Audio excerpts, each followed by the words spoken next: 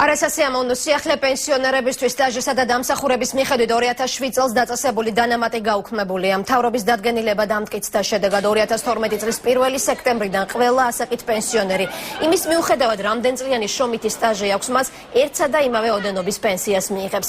ანუ პენსიონერებმა რომლებიც პენსიის ზრდას ელოდებოდნენ დანამატის გაუქმების გამო გაზრდილი პენსია ვეღარ იგრძნეს.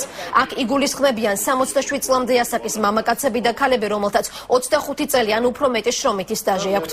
იმის მიუხედავად რომ მათ საპენსიო პაკეტის ზრდის ფარგლებში 10 ლარი მოემატათ, ზუსტად ამავე ოდენობის დანამატი ჩამოეჭრათ, ანუ რეალურად პენსია მათთვის არ გაზრდილა. გაუქმდა შრომითი სტაჟის მიხედვით პენსიაზე დანამატი. ანუ ყველა პენსიონერი მიუხედავად იმისა, ვის რამდენწლიანი შრომითი სტაჟი აქვს, მიიღებს ერთსა და იმავე ოდენობის პენსიას.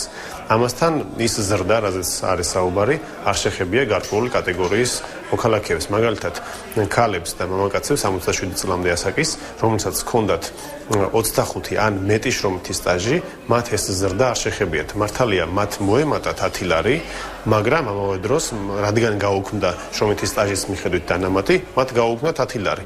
10 ლარის მომატებით და 10 ლარის დაკლებით შესაბამისად მათთვის არ შეცვლილა არაფერი. მე მეგონა 25 ლარი მიემატებოდა და რაღაცა ფულს ავიღებდი და 100 ლარი.